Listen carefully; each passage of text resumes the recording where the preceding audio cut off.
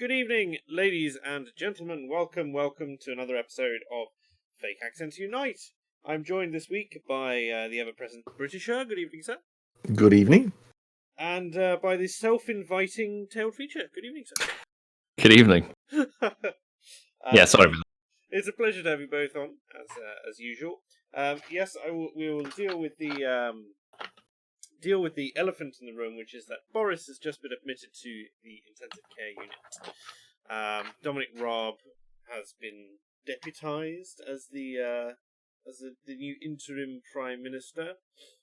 But yeah, just that we don't have very much information on it. As far as we can tell, the party line from yesterday was he was admitted because not because his symptoms had worsened, but because they were persisting. And so I think it's important to note that it's possible that he's being moved. It's all precautionary because he's the prime minister, as opposed to he's on death's door. Any thoughts, gentlemen? Well, if I'm not mistaken, wasn't there a Russian news agency or publication that basically said he had been moved to intensive care, and they got told off by the British government? And it's now remarkable that 24 hours later,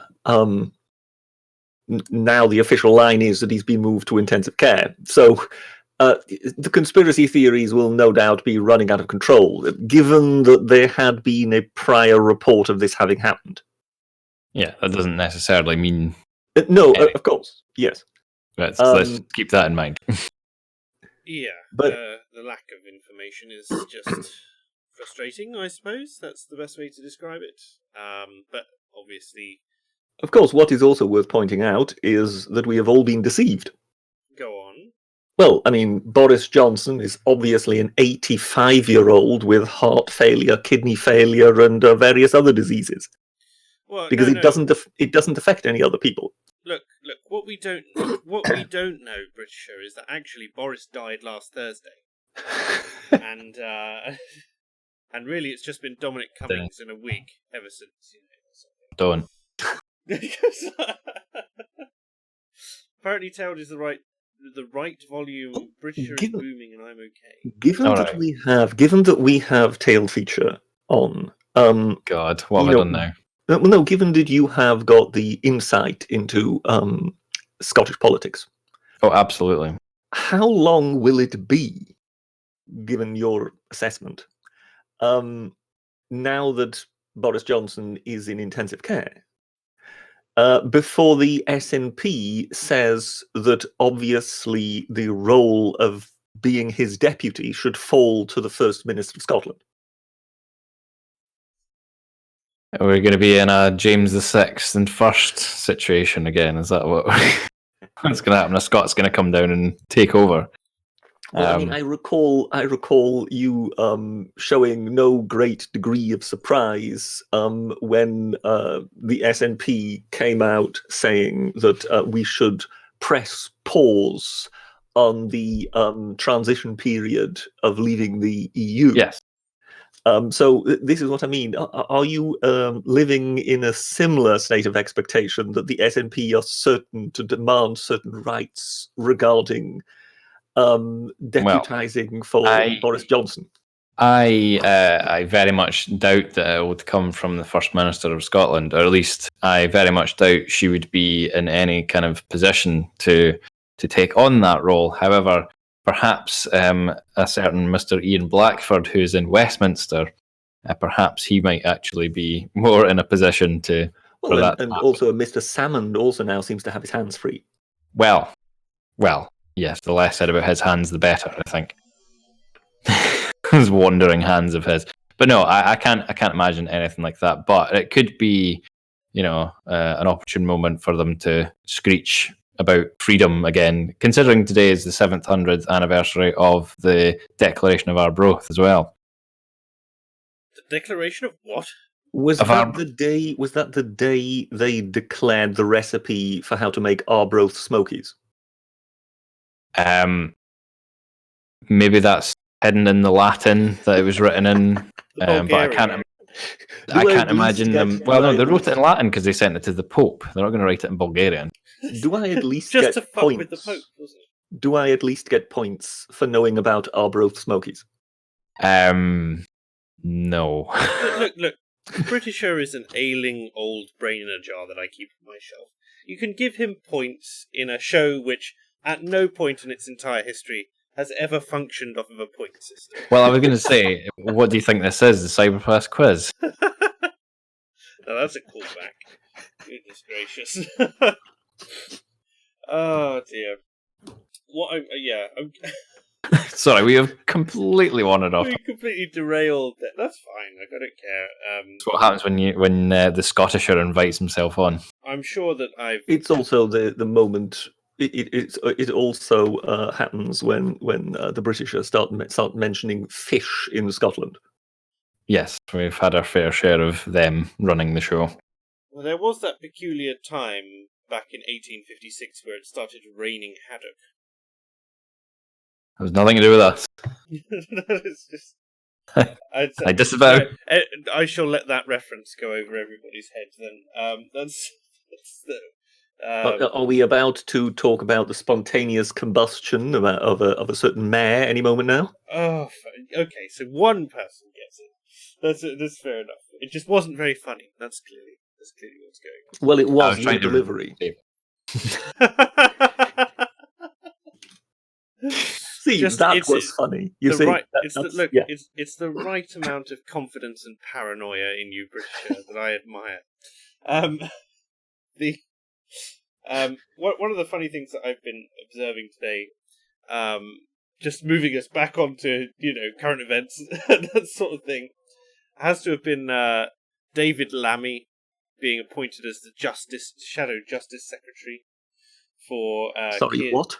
He's been appointed as the Shadow Justice Secretary for Oh dear God! Keir Starmer's Labour Party, and Rebecca Long Bailey has been kind of gently nudged into education as well. She's got to be put in her place, the Labour Party being a patriarchal hellhole for women and that sort of thing. But yes, the comments on this were quite amusing. Let me see if I can pull it up. I find it interesting to see here that it says David Lammy replaces Bergen as Shadow Justice Secretary. Bergen was Shadow Justice Secretary? Oh.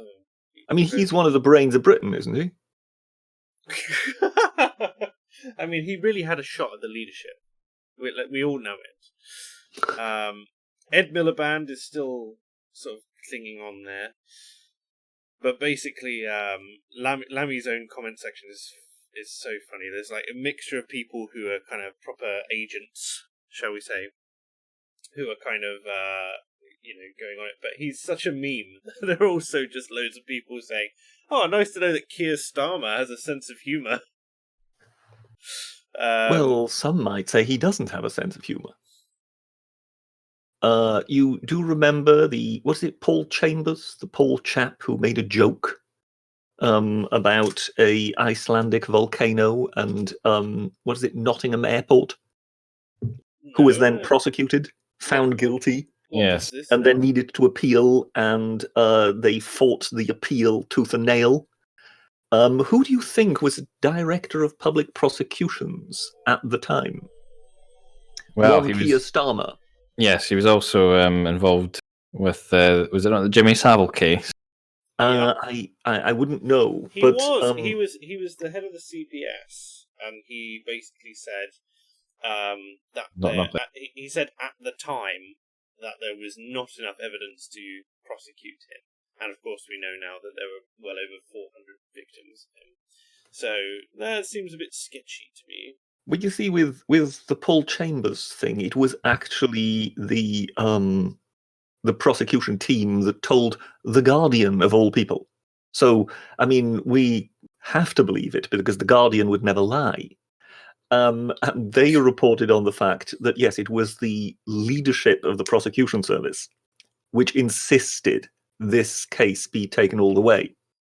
And as I say, he was the chap in charge of the prosecution service. And this is now the Labour leader. So when it comes to him making jokes, appointing David Lammy seems to be just about the only sort of humour that is permitted. The man that said he didn't need evidence for something to do with the Grenfell. What was it again? It was something like, he says, well, the people I've spoken to who were actually in Grenfell Tower, they say that the death toll is actually being suppressed. It was actually far more than that. And Andrew Neil says, what's your evidence for that? He's like, I don't need evidence. I don't remember that. So the I'm death paraphrasing toll, slightly. Yeah. the death toll of Grenfell was suppressed, was it? Yeah, apparently it was much higher. I'm just wondering whether the management company that runs the Grenfell Tower is Chinese or not. Satire, biting satire. Fucking hell. No, that's very topical. I like that. Well, I didn't like it, but you know what I mean. It was good in a satirical sense. But I disavow. People obviously tweeting out now that get well Boris and that sort of thing. Something tells me there will also be a great number of people wanting him to die. Let's pray for Boris, get Boris, back Boris. I don't see that there's actually that much hatred going on, to be perfectly honest, in terms of that sort of thing.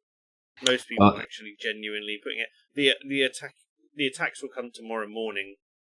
I imagine they'll also be attacking primarily Dominic Raab, the obnoxious feminists comments and stuff like that. Yeah, the thing that does kind of get annoying is when people on, shall we say, that on the right, I hate to kind of lump people together like that, but the people that they're trying to make a point and they'll screenshot one person saying, I hope Boris Johnson dies. Then they go, see, look at the left. They're these awful, horrendous people. Yeah, it's exactly the same problem as the lefties going, like, oh, so and so said X and people aren't happy about it. It's like, yeah, 4 people that you found in a thread of like 2,000 comments who have not been liked or retweeted. Exactly. It's Twitter politics in the 21st century, ladies and gentlemen. It's clearly it's a delight as always. But no, I think they're going to attack Raab rather than attacking Boris, because I think even with their disdain for Boris, it's not really seen as kosher, shall we say, to kick a man whilst he's in a hospital bed dying of a virus.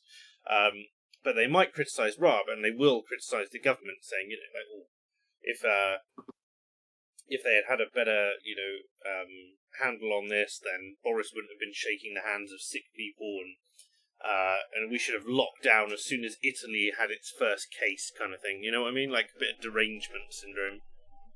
Hindsight and all that. Oh, the beauty of it.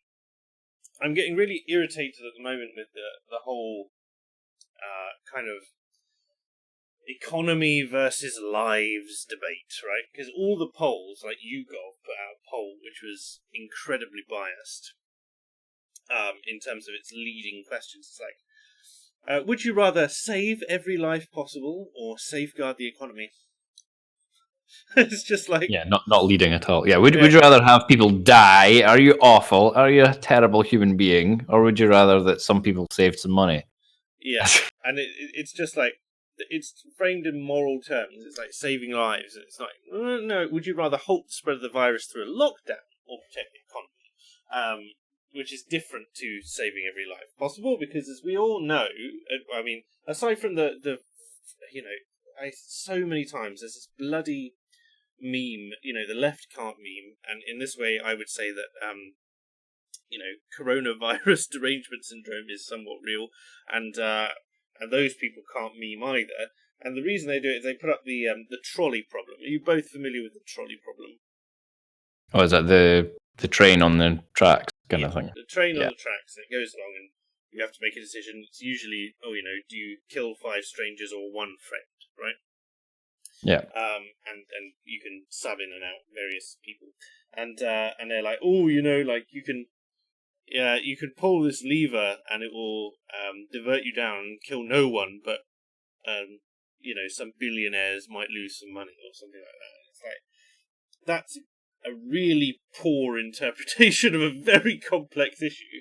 Because at the end of the day, when it comes to the economy versus the economy versus saving lives through a lockdown, they are both about lives, because we know full well that both, a functioning economy sustains people. We know that people who've had their lives destroyed, having, because their businesses have collapsed, because there's no money around, because no one else is earning, If spend on there's their no money to services. spend on the NHS, then I think as well, people forget how close we are at any given point to, the problems. We only just really, I can't remember what year it was, maybe 2018 was it, or 2019, where the Conservatives finally said, we actually consider ourselves to be out of a recession now, which is obviously something which has been going on for a decade. And that wasn't as bad as, say, like the Americans' Great Depression or anything like that. And we are going to have a huge issue when we come out the other side of this, in that where is the startup capital going to come from in order to float new businesses again, because so many of them have been destroyed because they couldn't get access to government funds either in advance. All the self-employed people who... Hello? Yeah, hello. Yeah, Hello. oh yes, yeah, you're self-employed, who either don't earn enough to have submitted proper tax forms and so on in order to get access to the money the government is putting out there to support self-employed, or they just have to wait till June, and that's a long time, given that the median earnings of the self-employed is much, much lower than the kind of traditionally corporately employed. So it's a very that's a very difficult situation, and I think it's a flagrant misnomer to call it lives versus the economy, because it's lives versus lives, that sort of thing. Anyway, feel free to stop me if I'm going wrong on this rant of mine. That sort of thing. I just at this point, the more tests that are being done, the more positive cases that I see for coronavirus doesn't scare me. Like, loads of people I know have been freaking out about whether or not the we've gone up by 10,000 cases in overnight, basically. And I'm going, yeah, they're testing more people. They're trying to get a bigger picture on this. And every single, the death rate has stalled. We're not on track, as far as I'm aware, unless we had a massive spike today, to have double the number of deaths in every other, every so often. I can't remember what the exact time scale is. I think it's once a week at this point, or 2 weeks maybe. But because that's beginning to stall now, presumably because of the lockdown, we would hope to see some effects of that at this stage. Because of that, the deaths have remained relatively steady, but the cases are skyrocketing, and people are going, but if you're testing more people, then all that does is it brings down the lethality, the mortality statistics, and it should give you a much better idea. We still have no idea how many people are asymptomatic. A friend of mine has coronavirus at the moment, and they seem to be struggling with it, but recovering. But they've had it now. They've had a very kind of long and struggling case with it. They've had it for 20 days or so. And I am currently sporting a temperature, so maybe I've got it. Who knows? I live in a house with an NHS worker. Perhaps they brought that back with them. Not sure. But it's one of those strange things where, it is what it is. But I want to have an accurate picture of, what the actual lethality on this thing is. We know it was already very low for people in my age range, but I don't know whether or not you can bring some comfort to the people who are, and the at-risk populations who are much older, who have pre-existing health conditions, many of whom are terrified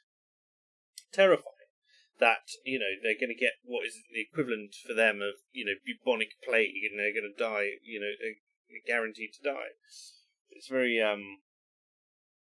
very difficult. Anyway, I'm not sure entirely where we were heading with that. What did both of you make of the Queen's speech yesterday? Have you seen that? Yes. Yeah, I thought it was really, really good, to the point. Kind of, it's sort of what you would expect from the Queen, really. Didn't exactly rock the boat or anything, obviously, but I think it was good. It was good to see. It was a necessary thing. It was amazing seeing the amount of people that I know that are staunch Republicans and they're like saying, "No, my heart swelling," and when I was listening to the Queen talking the way that she was and all that, it was quite an interesting thing. I was a Republican at one point. I wouldn't say I was a staunch monarchist or anything like that, but I understand the importance of the monarchy's role in the identity of the British people. So I think even that is worth keeping them. So, and especially if it can have, if a speech from the Queen can have that effect on people who, every other day are going, fuck the Queen, and I think that there is something to be said about that. I didn't find any comment, Britisher, before Nothing that hasn't really already been said. Fair enough. I found that for myself it wasn't particularly striking, although I did enjoy the callback to Vera Lynn's "We'll Meet Again" in the last bit. But I did think that it wasn't particularly aimed at the words of the speech weren't particularly aimed at me as much as they were at people who are struggling more and the elderly. But also, I am always struck by the Queen is a woman of good character. She always has the bearing of the monarch, and so she should. And I really appreciate that she. I found myself feeling patriotic because she had given a speech to the people, and she's kind of like she represents kind of the spirit of Britain, or perhaps to the independent Scots, maybe the spirit of England, perhaps. But yeah, it was. I thought it was a good speech. Yeah. Let's see if we've got anything else coming in here. Let's run through a couple of super chats whilst we go. So Scowen says, "I called it ahead of time, 26 seconds." And then he corrected us later in the chat, saying 1 minute and 26 seconds he should have said, because that's how late we were. So I blame that on stream delay, nothing to do with our end. Xtal has been a member for 3 months in a row. Thank you very much, Xtal. Mr. Will Guitar says, "Saw your tweet. Sorry for your Polish pal. Must say my Polish neighbours are really nice people, and various Polish I know from the community.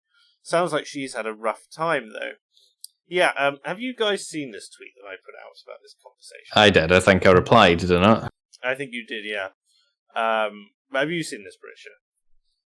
I can't say I have, no. This is, I have a new Polish housemate who happens to be this NHS worker. And she's fine, she's good to talk to generally, but this was my first proper conversation with her. So it basically went as follows, so I'll paraphrase this for people who haven't seen the tweet. We said, "Hi, how are you finding the lockdown? Not so bad. I can work from home. I work for the NHS." So I said, "Oh, how are you finding the Polish response to all this? I know they're mandating gloves and sanitizer in shops now. That's good, isn't it?" It's not too bad. And then I talked about I'd been to Poland and that sort of thing. And I said, I had a nice time. I didn't have any problems. She said, yes, you didn't have problems because you're white. To be honest, I hate Poland and Polish people, and I couldn't care less if they all died, because they're all racist assholes. I had a Caribbean boyfriend once, and I took him there and they treated him like shit. All the kids pointed and said, "Look, a black man." So honestly, fuck white people. I mean the Polish, of course. Hopefully I'm secretly mixed race or something. I've asked my mum, but she doesn't think so. Anyway, have a nice night. And that was basically the extent of it. And I was just sort of sitting there in a bit of shock as this kind of, I don't know how to describe it other than just fiery self-hatred came through. But it was also really interesting to me the conflation of just white people and the Polish in general just seems to have this massive outgroup preference and a real hatred for her own racial, ethnic, and cultural group. Well, it's just amazing how you can leap from.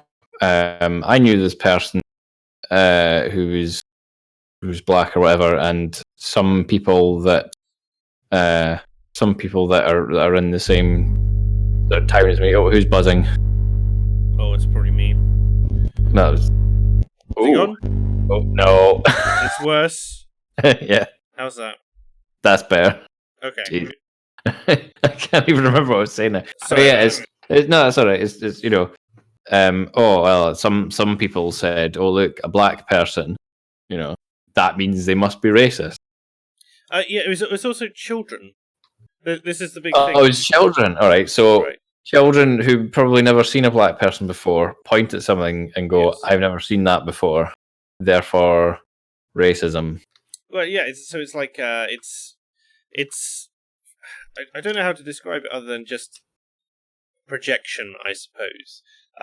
It's a strange thing to me to say, here we have this very homogenous community, and they're seeing, the kids are seeing something new. It's not like and you'd think if you'd received a lot of racial abuse in Poland, say, you'd jump to, the worst thing that you could do.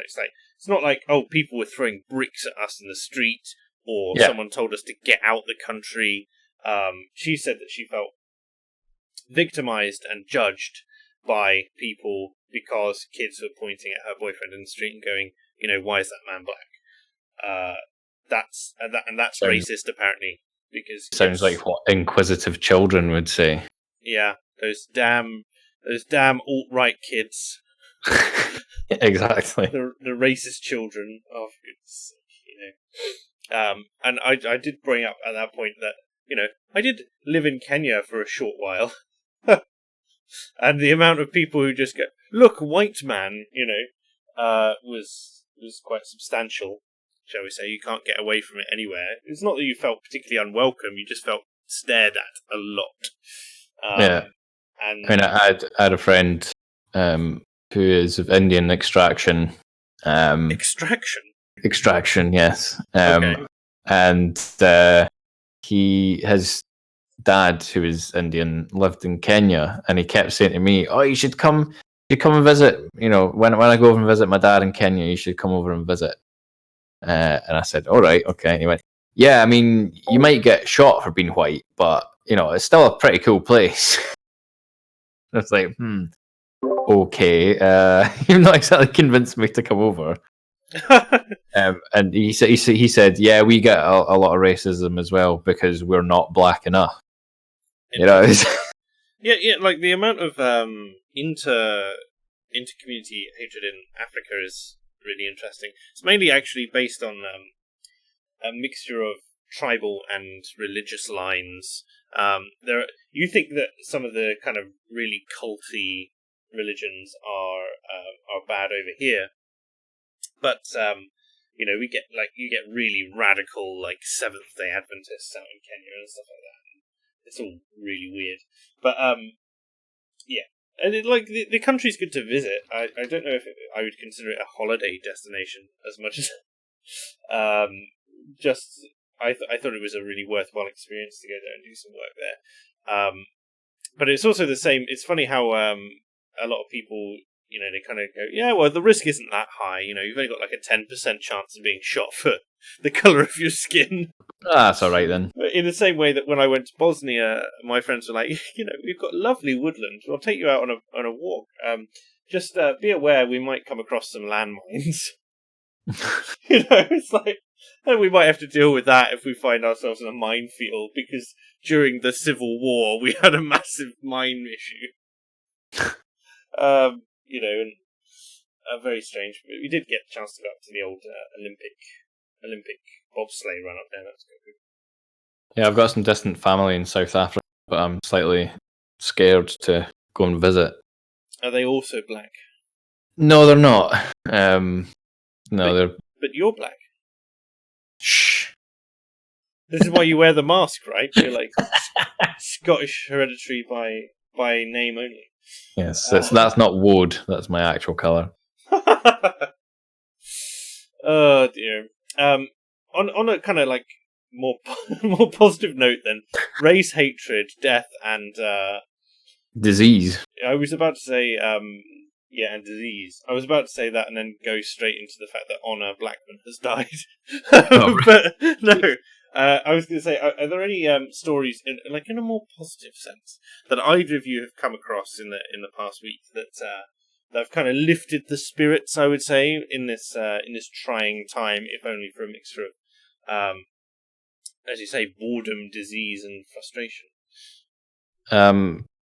Just sort of little kind of fun things that people have been doing while in isolation. It's always good to see people pulling pranks on each other and stuff like that. But like Keir Starmer copying Richard Spencer's haircut. Yes, the Daily Starmer.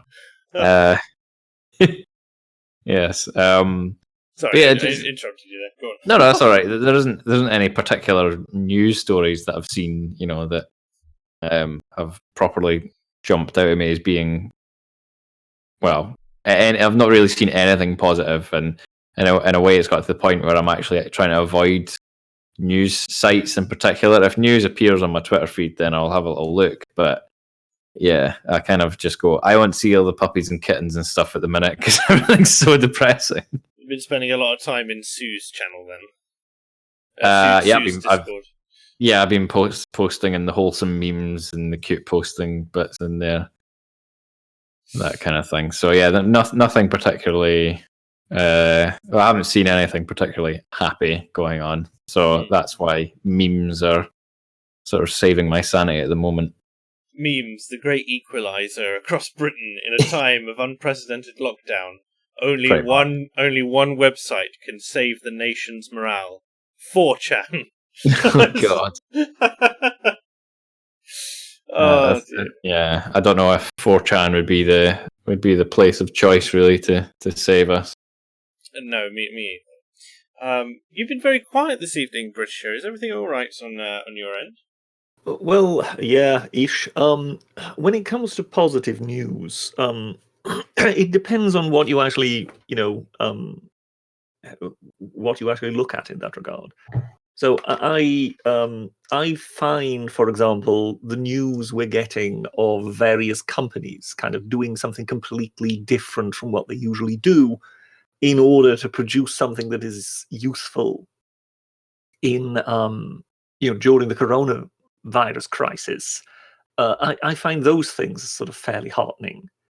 So I don't know if you heard that, there are like sort of catering companies that supply restaurants and whatever. And of course, their business model has just fallen off a cliff. And quite a few of them have found ways by which to open their doors or do at least some deliveries to private homes. Because, well, okay, they've got catering size packets, but nonetheless, they've actually got, food that you would normally otherwise get in the supermarkets, and nobody can, everybody's finding it very difficult for getting anything delivered from supermarkets and so on. Yeah. So you have got sort of companies trying to improvise. And, nowhere more so than when it comes to these ventilators and whatever. I don't know if either of you caught the video JCB put out of them making the ventilator housings. Oh, yes. I got really irritated because, kind of attached to that, there was some I can't even remember which outlet it was, decided that they were going to criticise the government's, commissioning of getting ventilators from companies because, we've received something like the first batch had been done, so it was something like 60 ventilators, and she was going, we need 18,000, but we have, and it was like captioned. I think it was the Independent, because they usually do these kind of gotcha ones. It's like, journalists left speechless after reading that only 60 ventilators out of the 18,000 we need. It's like, for goodness sake, people, we have the production has just begun, and they've just produced the first batch that is coming out from one company that isn't one of these great giants like JCB or Dyson, I think it was, who also want to make some. Well, part of the problem is that we've got such a such a mindset now that things need to be instant. Everything's instant. So why can't you make 1 million ventilators within 20 seconds? Why can't you do that? Everything else that I get is instant. So why can't you do that? That's what it seems to me, anyway. It was also like, it was commemorating the first batch when the first 1,000 were going to be produced this week. It's like, come on. We've already, and I think the numbers have gone up substantially. But yeah, what was this JCB video then, Britisher? Do elaborate? Well, it was just simply, they're making the parts and whatever. That was, incidentally, the Dyson ventilator. So, yes. Dyson, I think they've got a contract for something like 10,000 ventilators. Yeah. And, they were obviously looking to share out the work with other companies. And JCB were the ones who effectively made the stencils. I mean, I think it's all, CAD, isn't it? It's computer-aided design. So they're all working on the same kind of system. So Dyson, no doubt, will have made all the plans on their computer and then been able to simply just send the file to JCB, and they were then they were able to make the metal parts. And it's, I find it quite heartening to see these companies just basically, say, okay, how do we do this? It's not as if we have got anything else to do. If let's face it, if they're making tractors right now, they're going to be closed down anyway. Yeah. But they'll be able to keep the plant open, at least for some staff, if they make ventilators or make parts for ventilators. So a lot of that seems to be the thinking behind it, if you know what I mean. But I recall also, I think Mercedes has kind of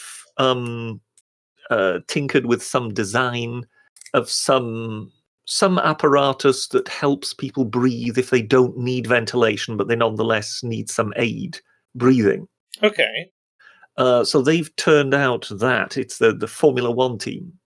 But the same Formula One team has also got together with McLaren, I think British Aerospace, or BOA Systems, or whatever they call themselves these days. BAE, yeah. Yeah. I think Ford and Rolls-Royce. And they are actually manufacturing ventilators, but it's an existing design by a ventilator manufacturer, if you know what I mean. Mm-hmm. So, no doubt, something called the Smiths Group. I mean, you tell me what that is. I don't know. And I think they're reckoning on producing something like 200 at first, and then 1,000 a week or something like that.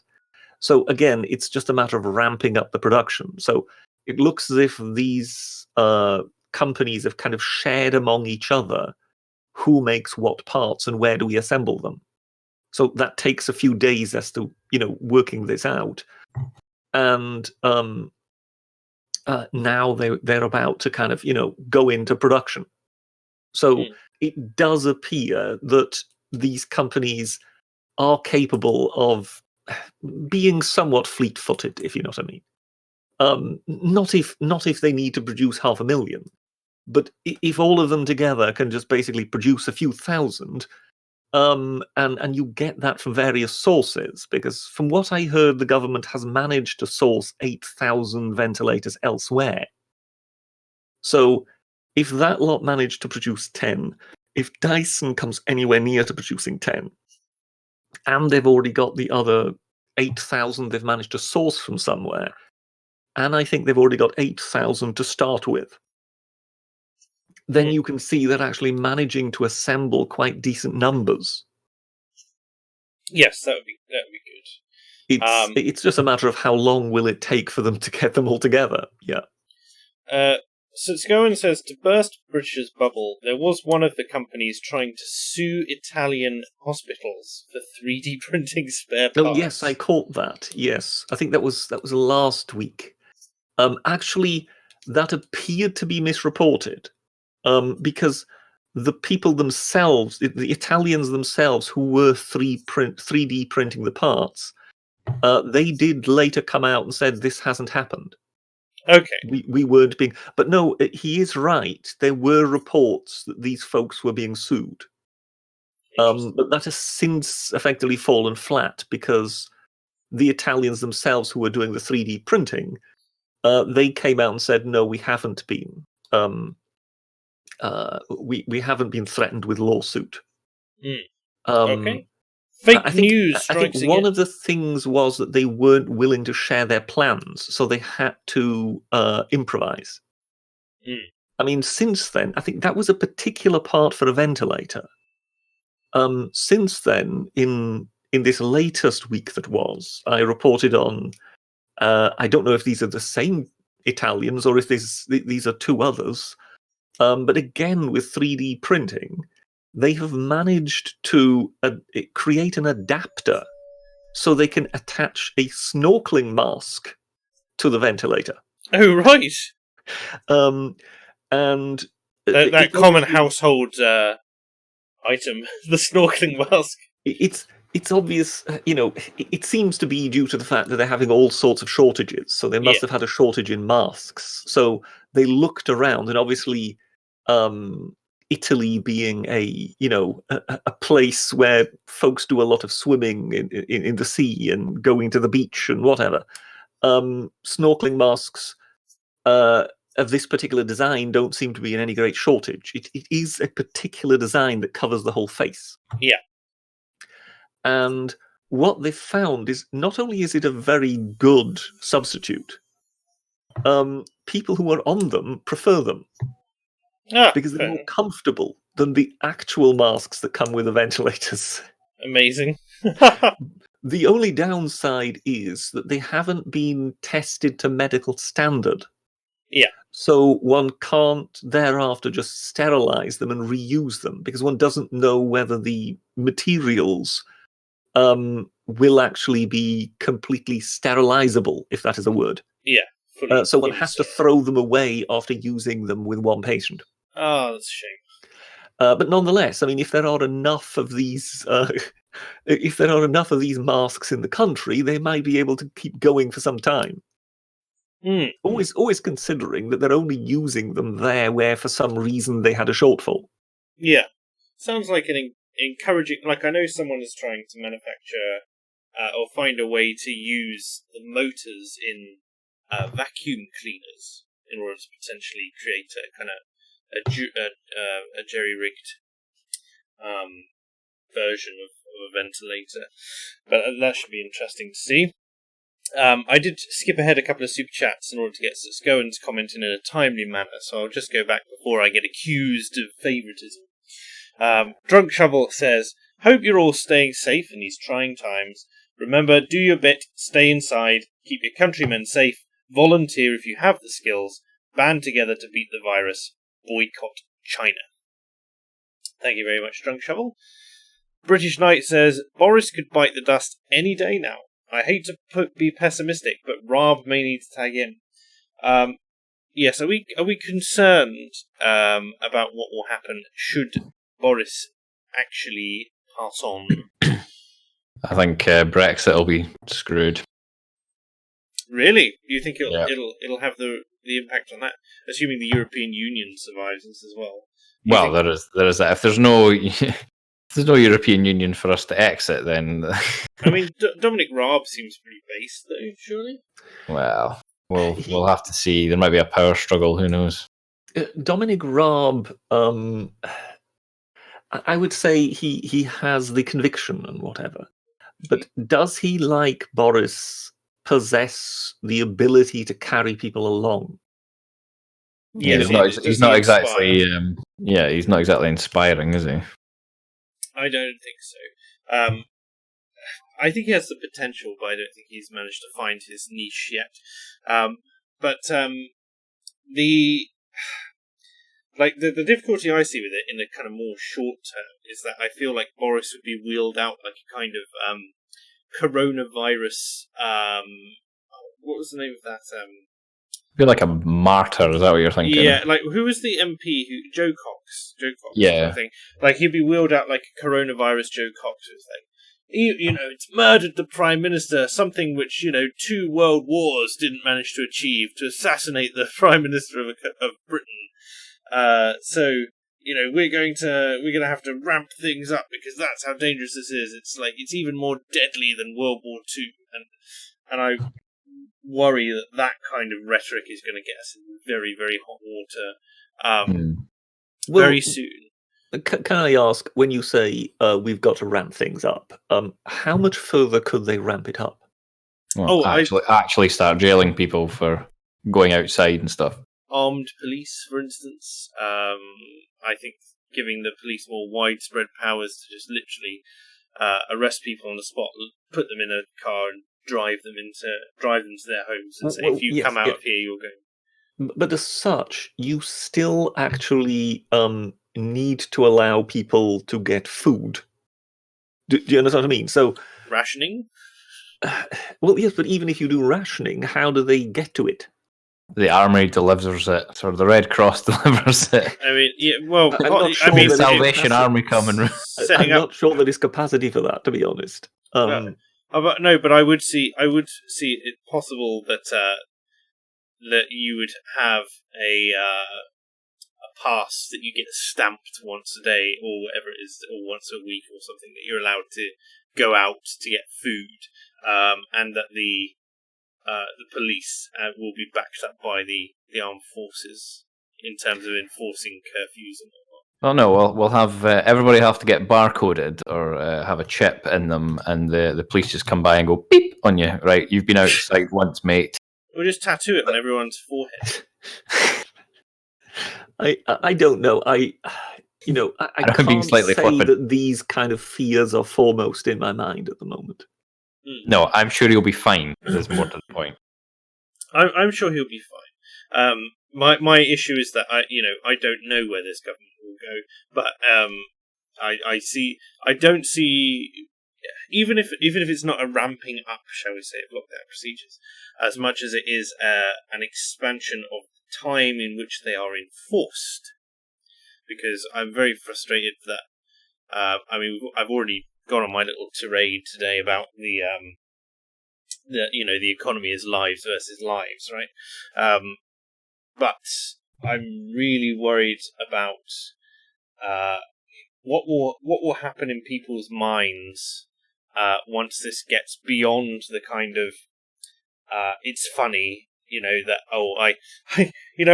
I've been at home now with my husband for I was standing in a queue to the shop, and the lady behind me was on the phone to a friend saying, it's so funny, we've been home with my husband for about 2 weeks now, and I just got to the point where I couldn't stand to be in the same room as him, and I had to go and sit in the other room for an hour by myself. And it's not that we had an argument or a fight or anything like that. It's just that for some reason, I couldn't stand to be around him all the time, every day, all the time. And I think for a lot of people, that is going to grate. I think the kids being home is going to start to grate on people, especially if they're going to be the people attacked the most by the police for kind of trying to get the kids out the house, and themselves, obviously, but that trying to engage and keep up with children who are, let's face it, erratic and don't really understand what's going on, and have a lot of energy and are going to get bored very, very, very quickly. It's just send them down the mines. Well, that's the Welsh way, but it's we're more civilized up this side of the country. We might not be able to be so civilized for much longer. Yeah, we know that calls to social services are already up because people who are perhaps are finding out that their partners are perhaps a bit more difficult to live with and a bit more abusive potentially than than usual, and they've got no outlets for any of this excess energy. Not everyone's got a home gym, right? So it's tricky. I don't know how long that this can be sustained, and the mood in the country, which I would say in general is a bit more merry at the moment than the media wants to be all doom and gloom on the coronavirus, but you see lots of things like what the leftists would call people taking advantage of the crisis by selling vegetable and fruit boxes to people's doors. Disgusting capitalist swine. To try and keep people afloat, and other people offering to go down the shops for at-risk people so that they're not exposed to so many other people, and if they've got mobility issues and that sort of thing. But I don't know how long that mood is going to persist once everyone gets fatigued with the idea that it's all gonna, especially if if the weather is above 20 degrees, access to parks will be banned, because you can't have people lying out on the grass 6 feet from one another, social distancing. Do you know what I mean? Yeah, have you got your sunbathing license, mate? Yes, sunbathing license. Yeah, well, that was the meme that I posted. I think it was yesterday. Was it was the weather forecast for Scotland, and it was clear blue skies for the next, for the rest of the week, kind of thing. And the meme was Scotland in the summer, and it's just chucking down rain. Scotland in the winter, chucking down rain. In the spring, chucking down rain. In the middle of lockdown, glorious sunshine. Amazing. I like the comment that we've got here from Shouting Horse in the chat, who says, Boris will recover, and his blood shall be used to develop a cure which will save the world. Arise, Saint Boris! That would be the ultimate kind of, like, where's the Labour Party going to come back from that? The man who developed the coronavirus cure with his holy blood, the elixir of life. Yeah, I don't actually think Boris is that much at risk. I think it's probably precautionary. And let's face it, they're going to pump everything they can into keeping him alive. So, yeah. Do we know if he's in private or? He's in NHS. He's at St Thomas. But I feel like that's more of a political move as well, isn't it? Yeah. Because it's like the Prime Minister cannot be seen to praise the NHS whilst foregoing its services for. You mean unlike those Labour politicians who all have private healthcare and privately schooled kids, private schools, while denigrating the state schools. I love that gotcha moment from a couple of years back when Diane Abbott went on. I think it was Andrew Marr, and she was going on about how private schools were the death of the country or something like that, massively out of proportion. And he just turned around and went, aren't your kids privately educated? It was like that time Jacob Rees-Mogg was on Question Time, I think it was, and David Dimbleby made some wise crack about him being privately educated. And he went, yes, I know, I was in the same class as your son. Yes. I believe. Yes, so good. I was in the same class as your son, I believe. Yes. Just how to shut up an interviewer. Yeah, he's like, I know. I was in the same class as your son. Maybe I'll have a second. If Boris does cop it, maybe I'll have a second brain jar constructed so that Britisher can have some company on those long days when I'm dead from coronavirus myself. How do you feel about that, Britisher? I'm not sharing with some trumped-up Prime Minister. What if I put you as, like, two opposite bookends? And I'll put all the Austrian economics books right up near your end, just where you like them. As long as you put one book under my jar, so I'm in an elevated position compared to the other sod at the other end of the shelf. Fine. You shall have an elevated position, but he gets a bigger jar. That's the way it's going to go. Is he going to have a laurel wreath over his jar? Is he? Well, you've got a nice mahogany wood finish on yours, but I'm thinking silver filigree on his to kind of give him that bit of extra flair. And he'll obviously, he'll have gone quite mad in his deceased state. So he'll be basically repeating the Greek rendition of the Iliad over and over again by ear.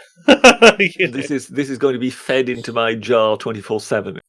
Well, I mean, you'll be next to each other. You'll be like, oh, poor Boris, he's got brain rot. No, Boris will be going, oh, not the bloody Romans again. Not the bloody Romans again. The Greeks were far superior. You take that back. Sorry, just thinking of a few things there. We're getting surreal now, gentlemen. This is what Corona derangement does to you. Well, you start imagining that the brain on your shelf can actually talk.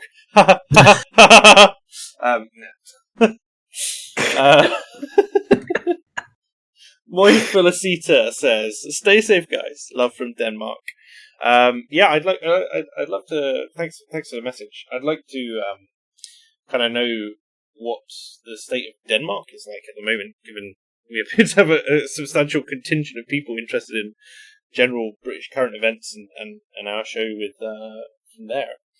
The new IKB says, at the end of the day, everything is logistics. Yeah.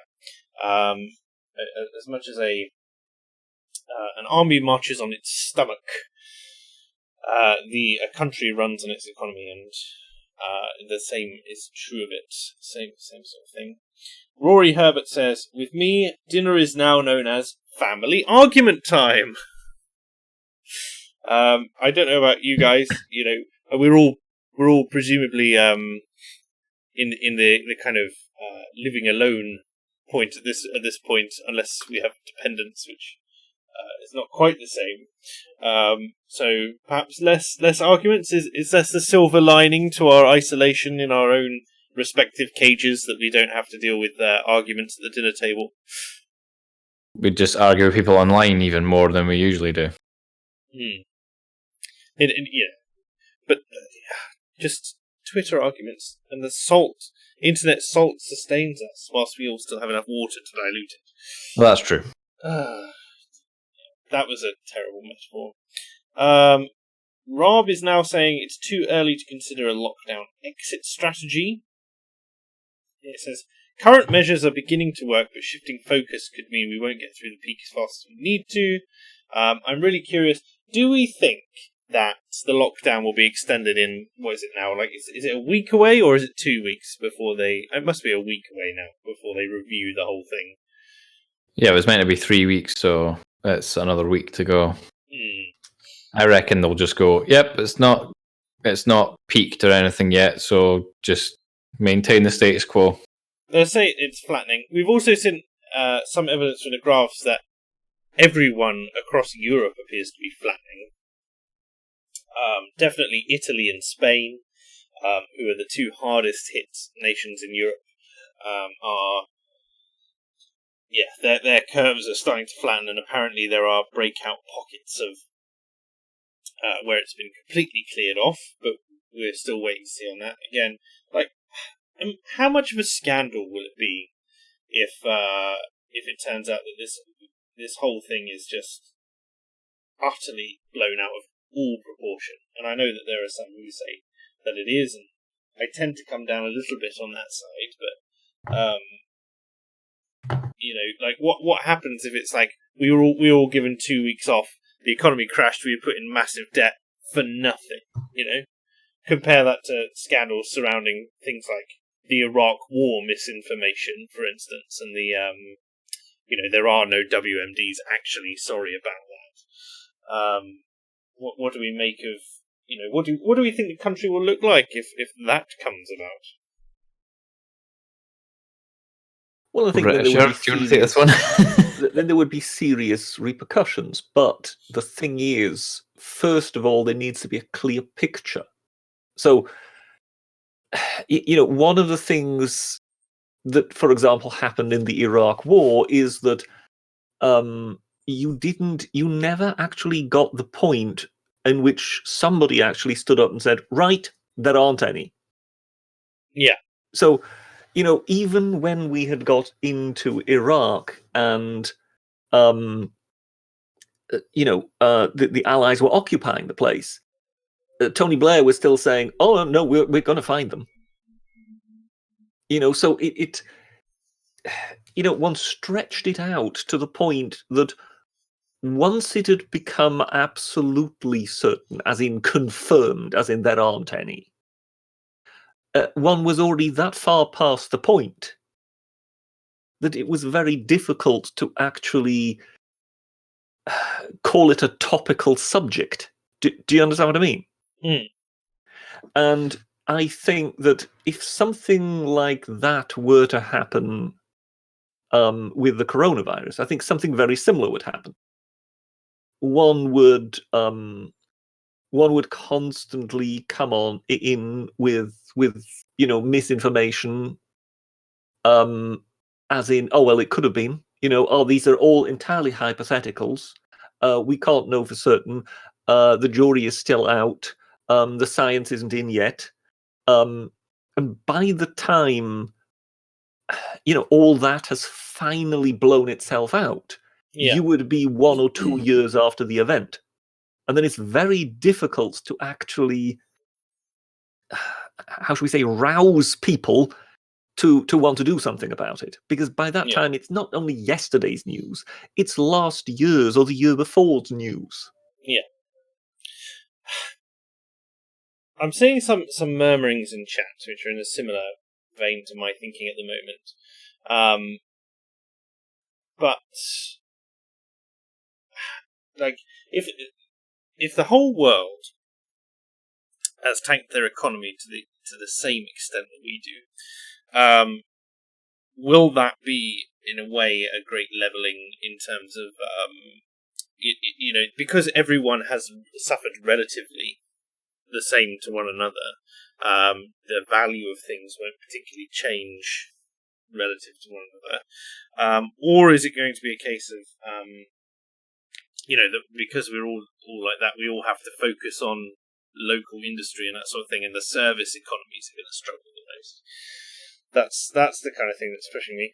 I'd be keen, because I think that there is something to be said for this idea of potentially herd immunity, that given the mortality rates, especially for people in low risk populations, I would like to see this lockdown relaxed for people who are not in the at-risk camp, and people who are over 65, to be aware of the risks and to make decisions surrounding that. But I don't know, I just don't see whether or not this lockdown itself, especially for the vast majority of people who are not going to die of this thing, in fact are not going to suffer very many ill effects at all, may be entirely asymptomatic, will do it. I think that information is out there and that people should be made aware of the government's advice to socially distance and isolate their elderly relatives, the people that are at risk, to do their best to help those people, to support carers and the NHS who are dealing with the cases of this thing. But I've seen nothing, especially in this country, to indicate that we're completely we're full to capacity or anywhere near at the moment. I know a lot of NHS staff have been off with the virus, but we don't have clear-cut statistics on how many that is, or what percentage, or where they're distributed, or what whether or not other people can be drafted in. I know that it seems to me to be a stupid idea to bring in elderly retired doctors to help lighten the load, because they know that that's basically a 30% chance of a death sentence. Anywhere between 10 and 30%, depending on how old they are. But and the number of people who are dying because they have pre-existing conditions is also massively high. And it's like, what about the healthy old people who are currently, stuck? I can understand the care homes, which are obviously struggling, but it's the really healthy people, the healthy older population as well, who are currently experiencing massively decreased quality of life because they don't want to risk. They're being told that they shouldn't risk their lives. So they can't make that decision for themselves. Does that make sense? Yeah. So I'm just kind of going off on a wandering tangent there, where I'm trying to go through things. Sorry, it's all a bit depressing, really. Well, yeah. I mean, at the same time, I'm keeping up with what's happening with Boris as well, just in case anything's been happening. And I've noticed that the depression must be getting to AA as well. He's on the verge of packing stuff in because of what's happened to him on YouTube recently as well. I know that Sadiq Khan has shut down a load of parks now in London. It's illegal to go. You've got your park license. Snowdonia National Park in North Wales has closed its mountains. I've closed the mountain. Yes, we have closed the mountains. We don't have enough black and yellow tape to go around the whole thing, but is that just don't go? Yeah. It's funny. I was just thinking there about Sadiq Khan closing down the park. What he'll do is say, well, just like the trains, what we'll do is we'll just have fewer of them, but more, so more people will go to the one or two parks that are still open, and be more likely to catch the virus because they're in a much smaller space. Just like what he did with the trains. He went, well, if there's going to be far fewer people going to work, I'll just put fewer trains on, so everybody's still crammed in. Yeah. I've seen the footage of people waiting. The tube, thankfully, people have been avoiding, but it's just the majority of trains for commuters in the commuter belt are still jam-packed with people. I now have a competitor, says Staff Sergeant Sniper. Do tell more. Object of Hate says, stuff has happened to AA on YouTube. Please tell us more. He put up a video which was an excerpt from a Mises treaty, one of his books, basically attacking racists. And YouTube's algorithm couldn't work out whether or not this was, supporting racism or against it. But it did discuss racism, so he's been banned for a week from streaming or uploading videos. So he's a bit black-pilled and frustrated and considering quitting YouTube at the moment. I don't think he will, but that's basically the long and short of that. What else have we got here? Wrong article. So car parks have been banned in Glasgow. Banned park. Yeah. You're not allowed to park in car parks, and so basically people park on the streets and block access to, whatever. And I'm sure I'm going to butcher this pronunciation, but Gortin Glen Forest Park in Fermanagh was shut. Fermanagh, Fermanagh. I'm not looking at the chat, so I couldn't see.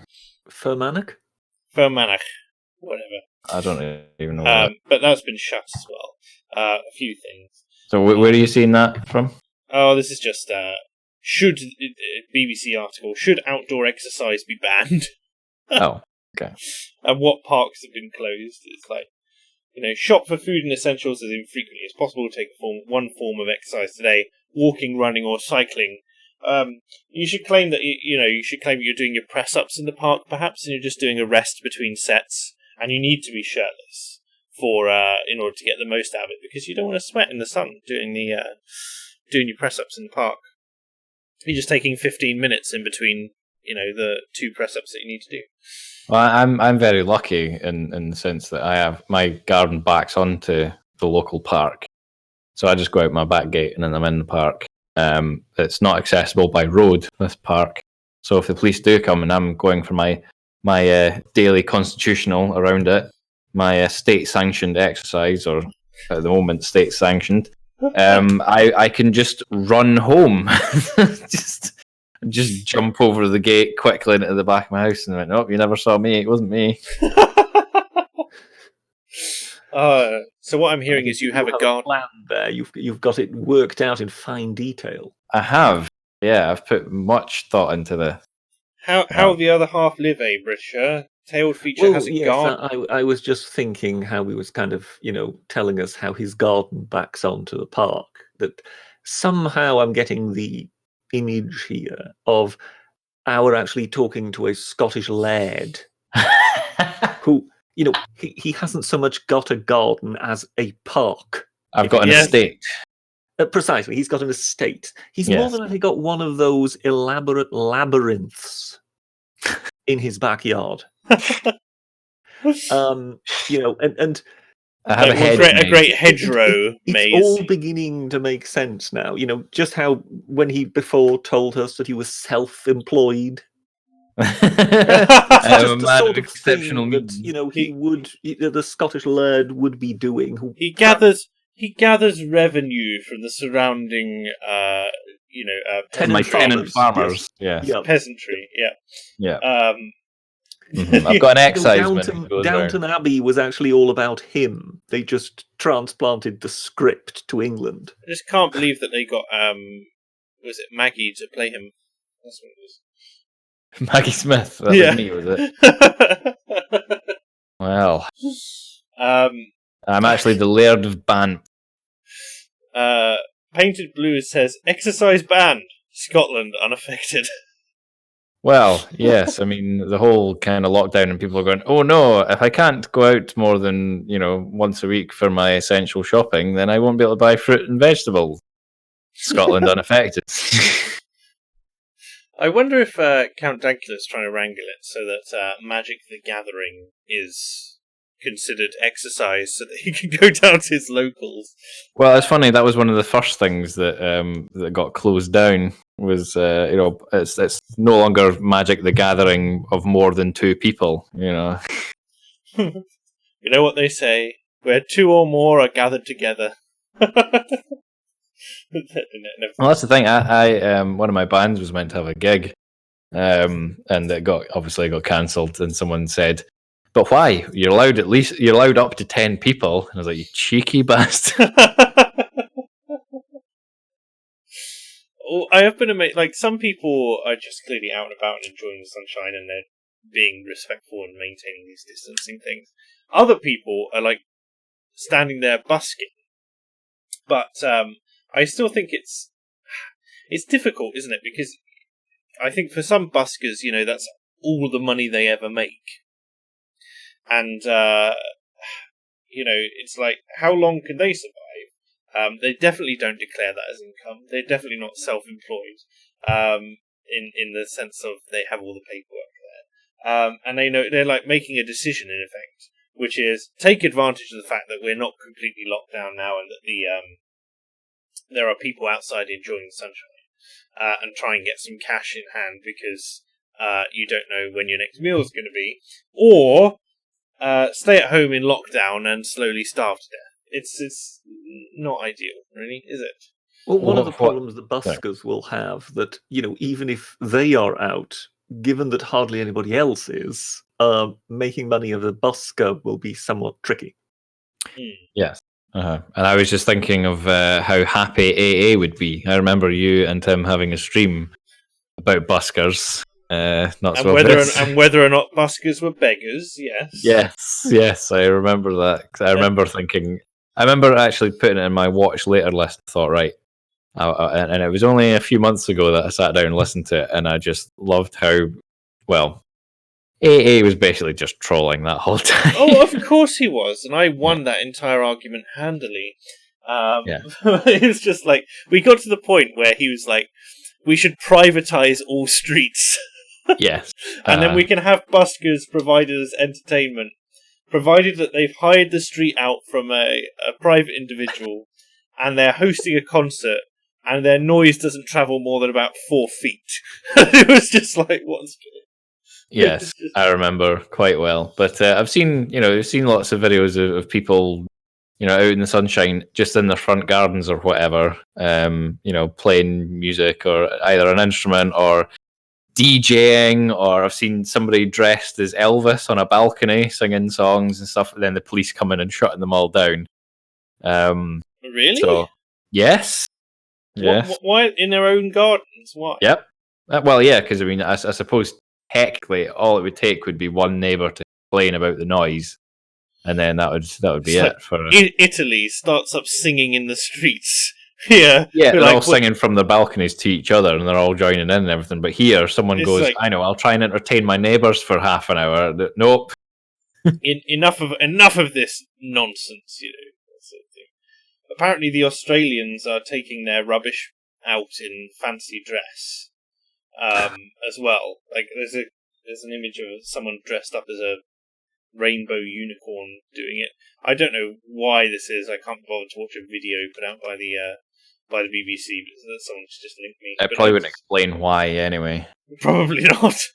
But that seems to At be least I like how it would- so it's like Italy are singing, the Australians are dressing up, the celebrities are doing Instagram singing about imagine no more borders. It's like, well, that's part of the problem. That's what caused the spread. Yeah, the and, spread of this thing. that's fine. They can just keep that to Instagram where I don't have to look at it because I don't have it.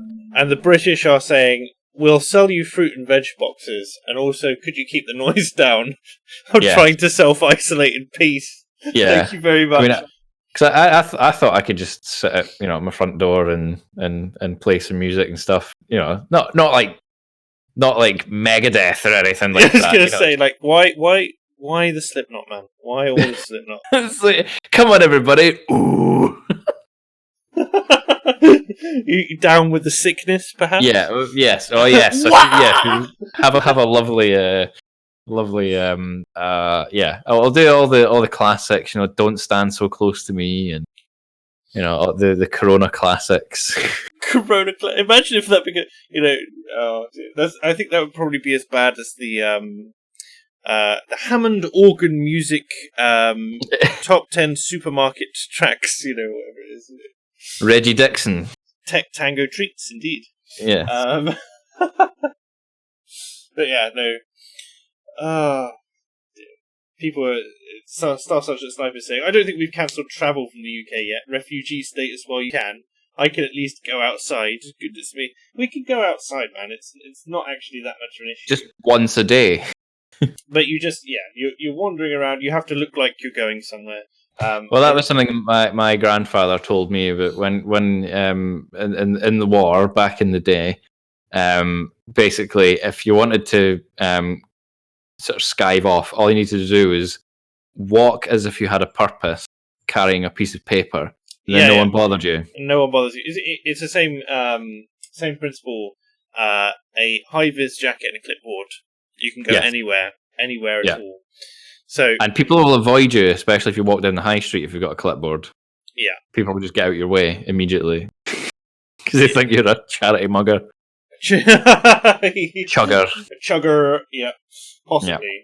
But I also think it's likely that people just that especially if you're walking quite quickly, they want to impose. It's a very British thing as well, isn't it? It's like don't want to get in the way of that. Yeah. Of course, the other thing that happened that my granddad told me was that basically, I can't remember if one of the officers or someone came in and said, "Is anybody here interested in music?" So my granddad, who was very musical, he put his hand up, and so did a couple other people. And the officer said, "Right, that's fine. You can come help me move this piano." Oh dear. Right. I to be perfectly honest, this has been a very quiet week, as far as I can tell. I don't particularly have anything else that I want to bring up. Does anyone have anything that they want to have a chat about before I bring the stream roundly to a close? I had some things lined up before I invited myself, and I've completely gone out of my mind. Can you give me a moment? I'll try and remember. Sure. Have you? Well, there's talk about the trolling we've been doing about Keir Starmer and who he looks like. Oh, yeah. For those of you who don't know, Keir Starmer is the new leader of the Labour Party. And obviously most of you will be familiar with a chap called Richard Spencer, who is the leader of, or the self-appointed leader, I suppose, of the alt-right ethno-nationalist movement. And the two of them look very similar. They have the same haircut, they have the same jawline. They're about Keir Starmer basically looks like he's someone who ate Richard Spencer, just like slightly chubbier Richard Spencer. He's like he's been put through that aging filter on Instagram, whatever it is. Yeah. So yeah, people tweeting out that there'll be a new newspaper, the Daily Starmer. Yes. And Keir himself has many skeletons in his closet as well. So I'm curious what that's going to. Going to be quite fun. So I don't know if you saw in sort of your neck of the woods, well, England. While go on. Yeah, while parks have been closing down and stuff like that, people have been saying, well, just open the golf courses instead. We'll just have them so that people could go and exercise there. And so instead of closing places down, why don't you open more so that there's even more room for people just to do their daily exercise, because that won't be abused whatsoever. Yeah. Whereas in Scotland, we're kind of going, ha ha ha ha ha, we have the right to roam, which means that it's actually legal for me just to walk through my neighbour's garden and they can't do anything about it. As long as I'm not damaging, yes, as long as I'm not damaging any property, I could walk through farmers' fields. There's not really such a thing as private property unless it's for like the MOD or whatever. So you heard it from the horse's mouth, ladies and gentlemen. There's no such thing as private property in Scotland. Exactly. They're a communist utopia.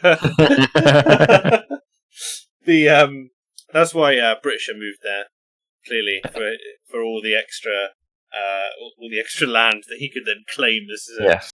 Oh, it was the cuisine. It was the cuisine. The cuisine. Yes. No, the Britisher is clearly my gardener on my estate. He's the old wrinkled retainer, as Vivian Stanchel would call it. Like you can walk where you like, but you can't sleep. I thought we agreed on referring to me as the estate manager. Yeah, okay, gardener. I believe he is a property maintenance operative. Got his degree from like Telford College University or whatever. I mean, we have public bridleways here, which are basically walks which take place over private property that the farmers consented to years ago, and they can't revoke now. So it's a little bit different, but we don't have the right. Was there not somewhere in England where they built some houses over a right of way or something like that? And there's a group of people every year, they go rambling or hiking along this particular route, and then they get to this person's house, and this person has to let them through. So they go knock on the door. Just and go through the kitchen, yeah. Yeah, and they have to do it. I don't know if that was in England or that might just be in Scotland. I don't know, but I do recall seeing that. I'm not going to damage anything. I just want to have a look inside your house. I have the right to roam, don't you know? Well, it's not. You're not allowed to go to somebody's house, but because this particular one, I'm sure it was in England actually, but because it was built on an ancient right of way, yeah, they're allowed to walk through the property because the right of way is under the house. I mean, I know there's all sorts of weird rules. There was a farmer who used to live near me who got very uppity about the fact that people kept walking on his land, and he couldn't deface the posts because people would report it, and he's not allowed to do that. But he would cover them up and grow things near them so that they were less visible. So people would just get lost on his land and just wander around aimlessly instead. Well, he would plant things away from his land down the path on the public land, so that the signs were just unclear as to whether or not there were multiple paths. I kind of feel like it was more effort to do that than it was to, perhaps make the route through his land look nice, so that people would go through expediently and quite quickly. But yeah, many times that we've gone down there and been like, oh, he's up to no good again, up to his old tricks, putting bushes where they shouldn't be. Jury rigging says bridle ways are paths you can take horses down. There are several types of right of way. Yeah, Yes, bridle. We have bridle paths, we have public rights of way, we have these kind of yellow, I don't know. There's various paths anyway down my way, including things like the South Downs Way, which doesn't necessarily go all the way across the South Downs and all sorts. So, yeah. Apparently they did the you have to let me through, it's a public right of way thing in an episode of British Empire. So Captain B says the route went through the women's changing rooms. Of course. How expedient. Yes. Any other stories jumping out from you, gentlemen? Otherwise, I will round us off here. Well, what do you think about that? Do you think instead of closing places like parks and whatnot, they should actually open more places so that there's less chance of you meeting people? Like I would I would give leave to businesses to be able to do that if they wanted to.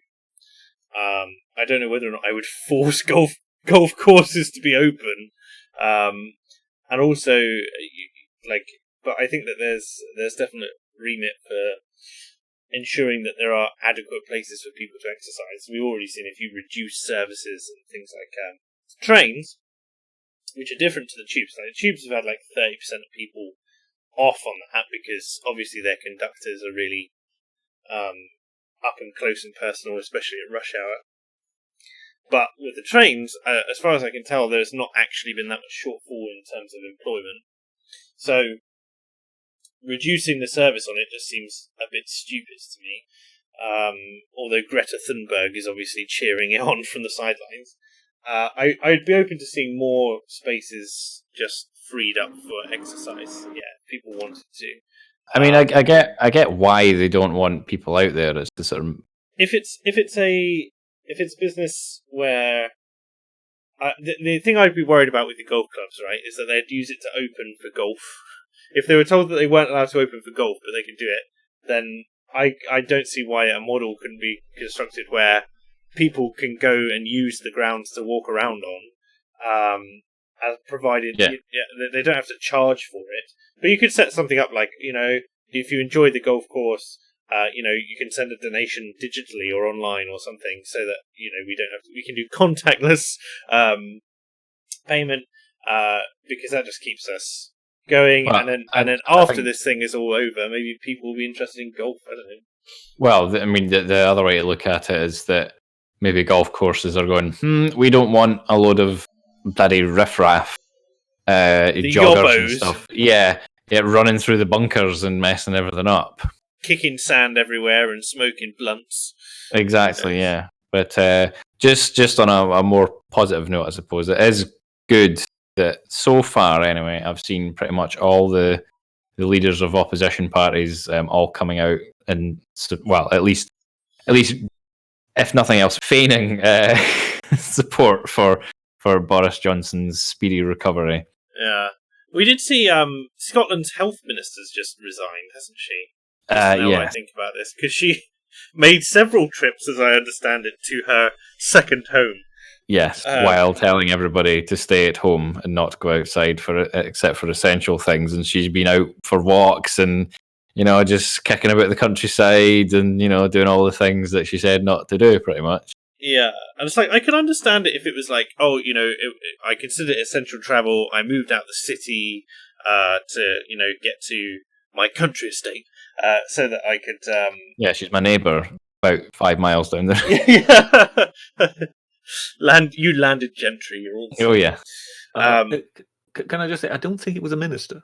No, she was the chief medical officer. Oh, the chief medical officer, right. Yeah, yes. That's right. Sorry. Our health we don't have a health minister, hence the mess that we're in health-wise in this country. That's not even accounting for coronavirus, yeah. No. It's accounting for my arteries, yeah. So yeah, she did this thing, and I was like, yeah, I can understand that she should face the social consequences and shame. Should probably stop doing that, right? But at the same time, she resigned over this, and people were going, have her head on a silver platter. she should be fired, that sort of thing. Oh, thank God, good. It's good that she's out now. And I'm like, someone new now has to step into that role. Someone who potentially has very little experience in that job. I don't know how long she'd been the CMO, but presumably she was semi-competent, one would hope. And either these people are completely interchangeable, or Scotland has shot itself in the foot more, because now you've got someone who's effectively, completely green in the position, potentially giving out advice that shouldn't be given out and that sort of thing. You know what I mean? Yeah, suppose we'll just have to wait and see. They might not even bother replacing her. Who knows? We'll probably get some, someone just to fill out a quota in there anyway. Oh dear. DRT is King says, been painting my Bretonian Grail plates, 4 of 10 done, and playing Crusader Kings 2. ERE is the best Roman Empire, and Warhammer Fantasy is the best Warhammer. Did that make sense to either of you? No. Basically painting miniatures and playing a game and enjoying fantasy stuff. Thank you for that, DRT's King. Glad to see you're keeping yourself sane with noxious fumes. Don't huff too much paint, my dude.